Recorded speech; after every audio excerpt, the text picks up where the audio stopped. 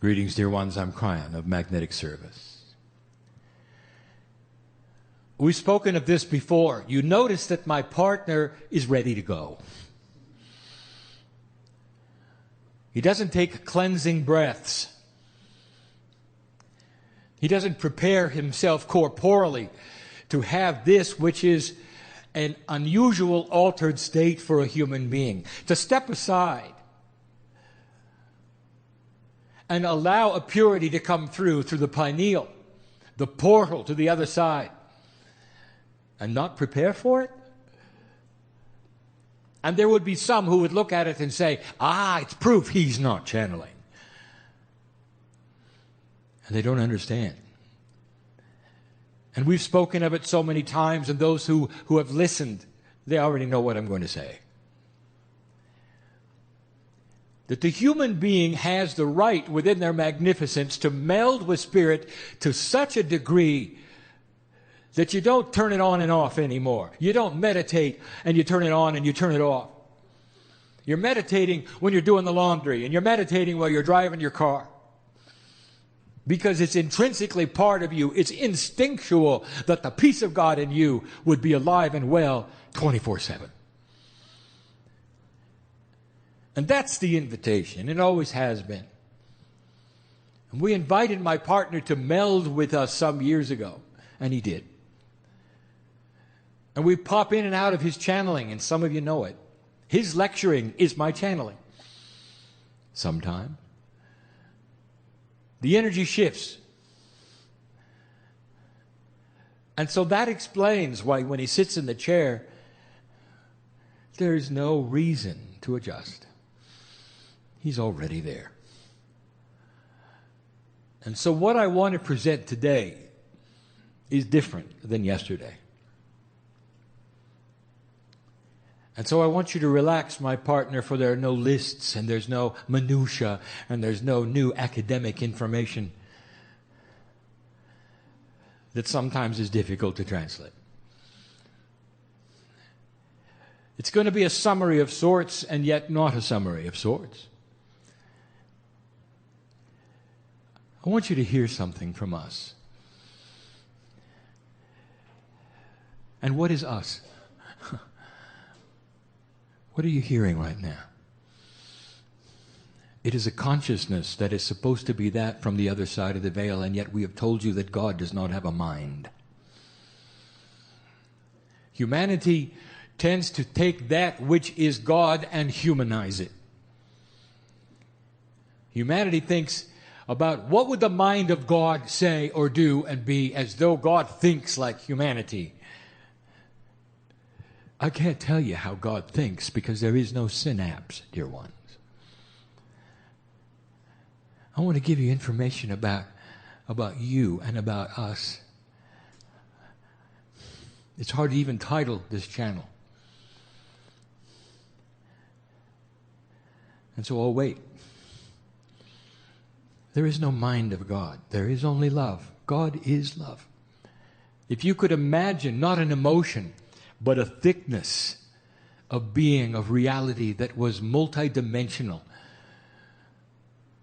which means it was unseeable, where you could actually measure the vibration of light and hear it in the air, where the sonorities of it would ring in your multidimensional ears, which you don't really have when you're on the other side of the veil, and it imbues you as part of the universe, and you don't float, and you don't have a situation where you are any place, you just are. You share the very fabric of the actual atomic structure of all that is. And yet you have a name. And your soul represents a piece and a part of that which is God. The piece and the part that can exist in 3D. But you don't know who God is. No, really. And so that which is all that is wants to talk to you about you.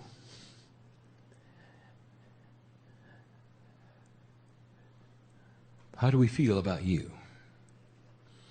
I only can give you your perspective, based upon your type of thinking, based upon the emotions that you have, the highest of which are compassion and love. And they are poor substitutes for the reality of God. We were there when earth was being prepared. Before any life was on the planet, we were there. It's difficult for you to know that you were too. But the peace of God that you call your soul was with us and is us and still is us. And so everything I say now, you were there too. Watching the planet being formed, knowing absolutely what was going to happen.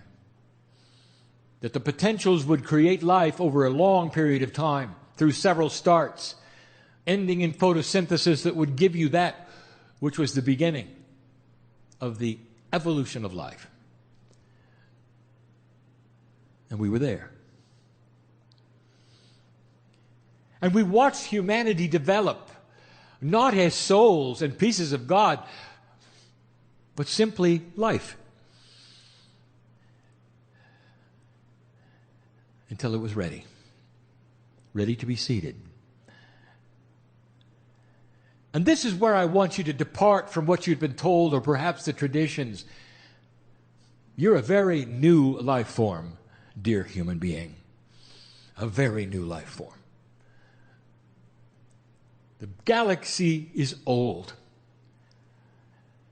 And through a period of millions of years before you ever awakened to being a human, this process was alive and well in other planets, in other places, with similar tests. There is a reason behind this. All from God. All from God. The creative source, which created the universe, according to some astronomers, biased for life, against all odds, intelligent design. They're seeing it. And they're right. And we've told you that you're going to find the double helix structure for DNA everywhere in the galaxy. Everywhere. We've told you that when you discover life, and you will at the microbial level, in your own solar system, you'll find DNA. And you'll find that so much of it, so common, it's everywhere. It's the structure of life. This had happened before. And now it was going to happen here on earth. And we're here.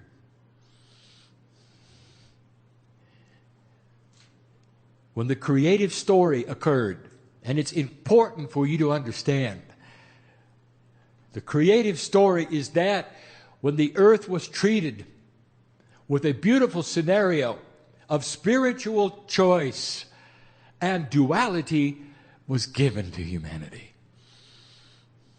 You were simply life, precious life, before that, but you didn't have a soul. And the timing of it was very recent. 100, 200,000 years done very, very slowly. It corresponds with the creation stories of so many organized spiritual groups. It doesn't mean you have to believe that you came from the stars. It's good enough if you believe that you're part of God and that the creation was part of God and that it was appropriate and beautiful. And you were given for the first time spiritual choice. The duality was born. And you can call it whatever you want to. You can call it dark and light and good and bad and evil. It's duality. It's just energy. Free choice to find what is inside that was implanted as God or not. Part of the test of the planet. Not of the test of the human being, the test of energy on the planet. There is a reason for all of this. And the seeds that you have inside, given to you, beautifully in what has even been called the Garden of Eden, which is the metaphor for earth. Speak of the magnificence of the Creator inside, and therefore you're born with it that way. And you have the duality so that you can choose what you're going to do with it, or whether you're going to find it. And then we start to get technical, and we talk about the fairness of the test. Your DNA is designed for 100% efficiency, and only the masters had it. In order for it to be a fair test, you'd have to design what degree of efficiency would occur. And so it started at about 50. But in the DNA were all of the attributes for activating 100. So you don't get activated DNA from the sky, you get it from inside through a process which then creates the instructions to be given to your DNA that will allow it to operate better. In other words, you're born with the full package. But the energy of the planet that you have created gives you the efficiency factor. And it started. As Lemurians, at 50% or more, you were doing a lot more than you are now at 30. And humanity started the test. And it balanced itself, and it went up and it went down. Finally, it was in the 20s. You went through 4 decision points, and you didn't graduate in any of them. That was your choice. Gaia cooperated with pandemics in some of them, plagues in others, and you had to start over. That's a free choice. This was the 5th one, dear one. Who is an old soul? The ones in the room who have awakened and recognized there's more than they've been told. That their intuition gives them some cues, perhaps, not just that the age is changing or the energy is changing, but maybe they are changing. And it's happening all over the world. Who is an old soul? You could define an old soul, if you want to, as a certain number of lifetimes on the planet. And we're not going to become academic like that. We're just going to say it's the ones who have been here a long time. And so when you awaken, you've been both genders. You've gone through the things that awakened souls go through. You've come into the planet perhaps with a lack of self-worth because of it. We know who you are.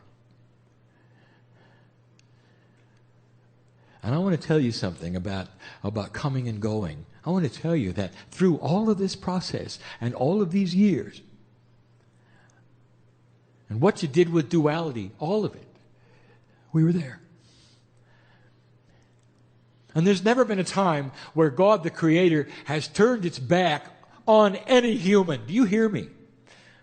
Or any race, or any city, or any town, or any group, any more than you would with your children. Ever. And yet, in order to manufacture certain kinds of energies, there will be those who would tell you, well, God is judgmental.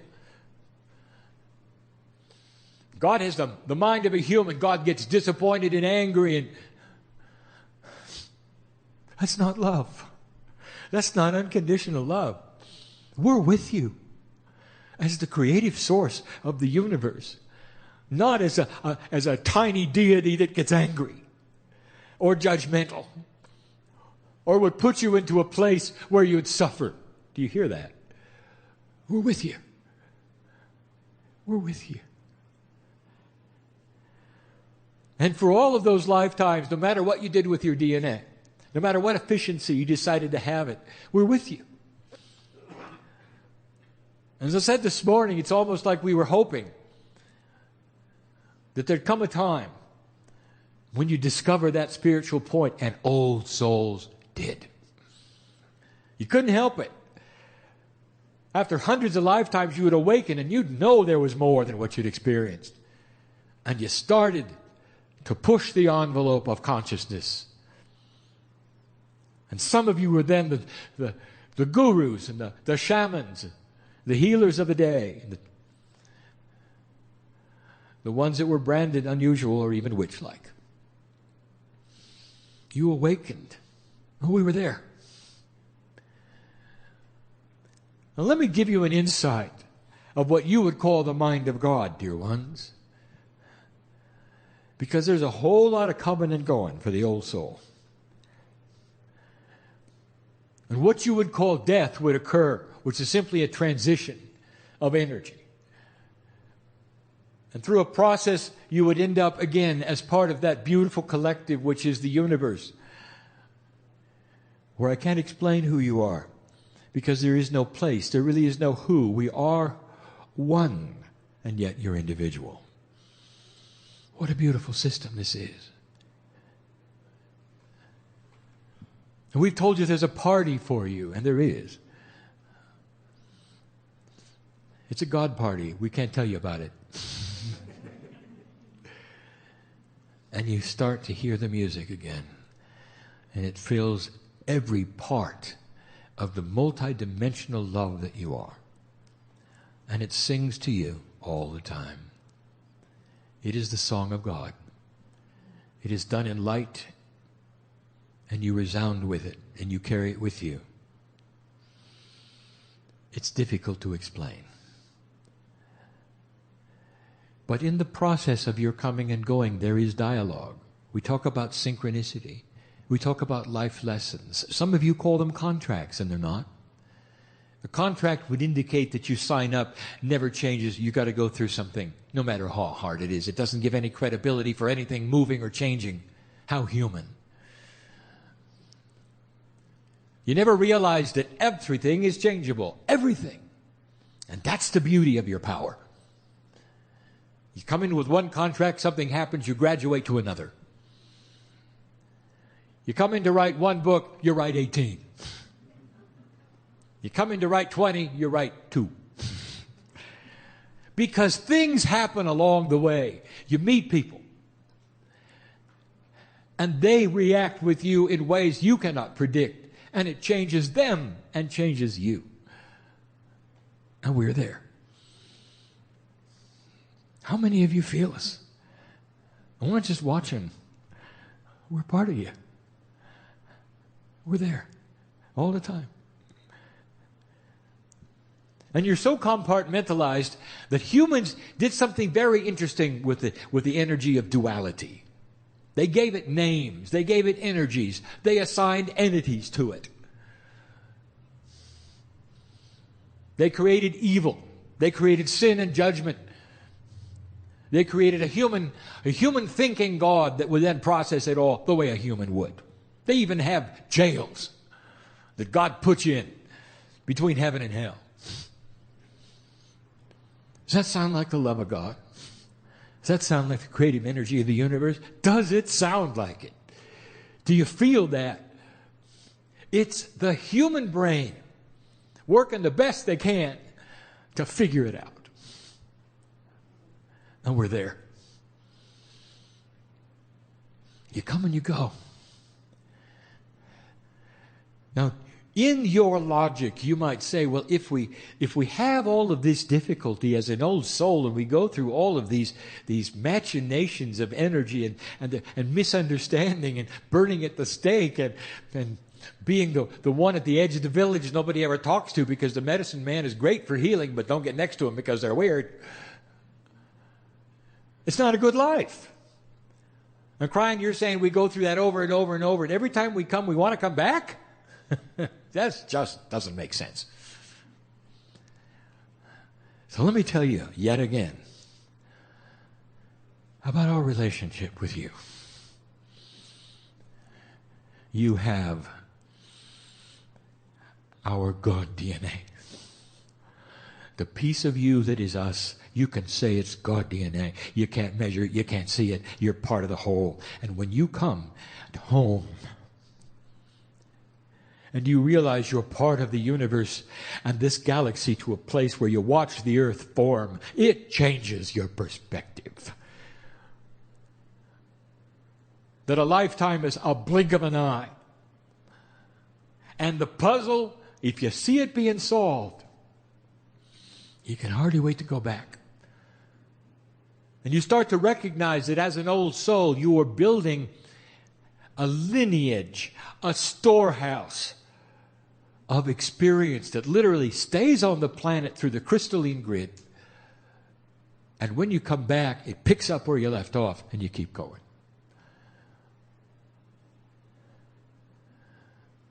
Avatars for the planet Earth. You become. And every time you come in, that which is Gaia recognizes you, greets you in the cave of creation in a way that I cannot even explain. It's not with the mind of God. It's with love. The purest love you can imagine. It's not even an emotion. Mother, what is the feeling when you look into the eyes of your child on your chest for the first time in their life? What is the feeling? Is it emotion? Or is it a way of life? And the answer, it's a way of life. It cannot be measured. And that's just a tiny bit of who we are. We're always there. We're with you now as you sit in the chair listening to this message. And some of you are realizing this is real. It's not a man in the chair pretending. Because we want to somehow transmit to you how we feel about you. And we can only do it in your terms. And the best thing we can say is we are there all the time. We're there watching when you sleep. We're there watching when you cry and when you laugh. When you're in trouble and when you're with fear, it just doesn't change. We're just always there. The soup of God is absolute. It's there now. We know who's watching and who's in the room and the puzzles they have and the complexities they have and the worries and the fears.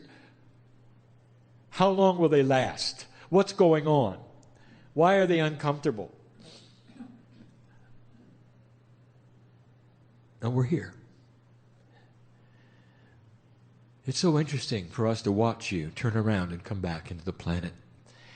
So many times we spoke about this attribute, the wind of birth. That's our expression of when you come into the planet and you take your first breath. And your soul fills up and your Akash starts to work and all the things. Your DNA takes the measurement of where it's supposed to be depending upon where Gaia has established it through human consciousness. And you continue. And we've said it before, every woman in the room has experienced battle and every man in the room has given birth. And there's so much human experience here. And how do we feel about that? Remember your family. We're not just talking about the corporeal humanity that is here. Do you understand or not that if you're doing it this time around on this planet, you probably did it before on another? Are you aware of that? Do you know that this is what you do? And you didn't look a whole lot different then either. Because DNA is DNA. It forms symmetry and does its job depending upon the gravitational aspects of the planet. Your seed spiritual DNA came from the seven sisters, and we've told you this. You don't have to believe it. It's a cluster of more than 9 stars. They look like they're close together. From Earth, they're not. It's just how you perceive them. That's why they're the constellation you see in the patterning. As you get closer to them, they don't look that way. From a planet who went through what you did. And what if I told you you were there too? How does it make you feel to know that you haven't always been a human? And to some, they'll say, well, it's time to turn off the channel because now you crossed the line. Have I crossed the line, or are you not ready to hear the majesty that you contain? The magnificence of your decisions to return. And we look at you. When you have that which is the pure love of God about ready to step into this planet and separate into so many parts, keeping some of you on my side of the veil, some of you in your corporeal body, and others in your guide sets. And we've explained it. It's so complex. And you look at us and you said, this is important. And in you come. How do we feel about that? How can we love you any more than we do? We're there.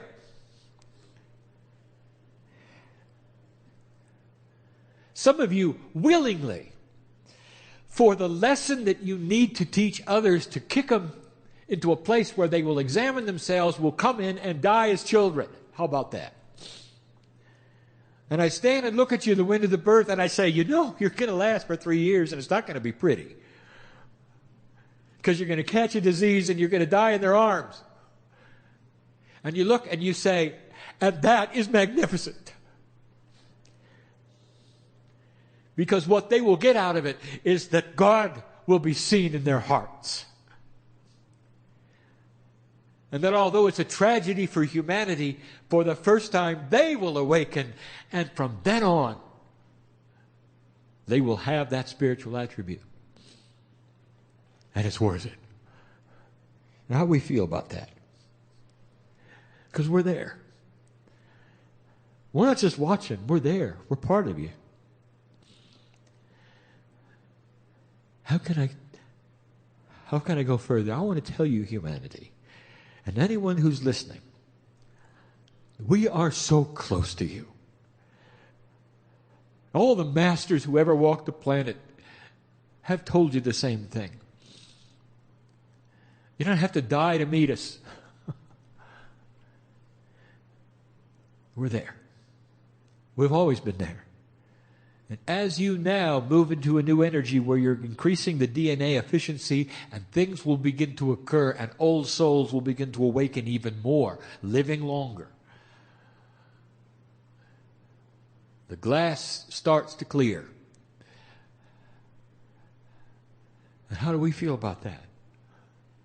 If I haven't said it before, it's about time. Because finally, the hand that reached out to you for hundreds of thousands of years, since you ever had duality, you're going to feel it and you're going to see it and you're going to take it and you'll never be the same. And so this would be a good time for that. To awaken to the reality, perhaps, that we are there. That we've always been there. That the mind of God is not the mind of a human being. It's the consciousness of love in an unconditional fashion that will always be awake, watching and loving.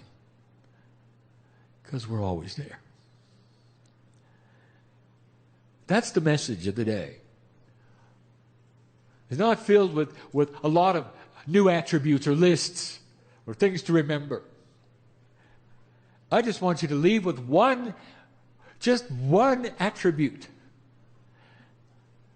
We're there. And when you're within sorrow, we're there. And when you're happy, we're there. I want you to meld with that which you call your higher self to such a degree that you can't tell the difference between your meditation and your non-meditation. And I want to tell you, if you get to that state, you're going to watch corporeal changes in you. Things that you didn't expect, including remissions of things. I know who's here.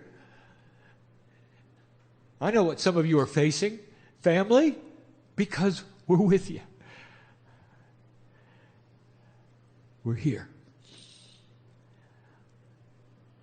Now I'm going to say in a moment that the channel is over. And the human being's tendency is to compartmentalize everything. And you're going to look at your watches and your clocks, and you're going to make your plans, and you're going to walk out of the room. And there's a tendency for saying, well, that channel was nice. And you'll say, well, but that energy is over. No, it is not over. I don't even want to say the last words. Because I want to imbue the fact that we are with you to such a degree that when you walk out of the room, there is no difference than when you're sitting here. None.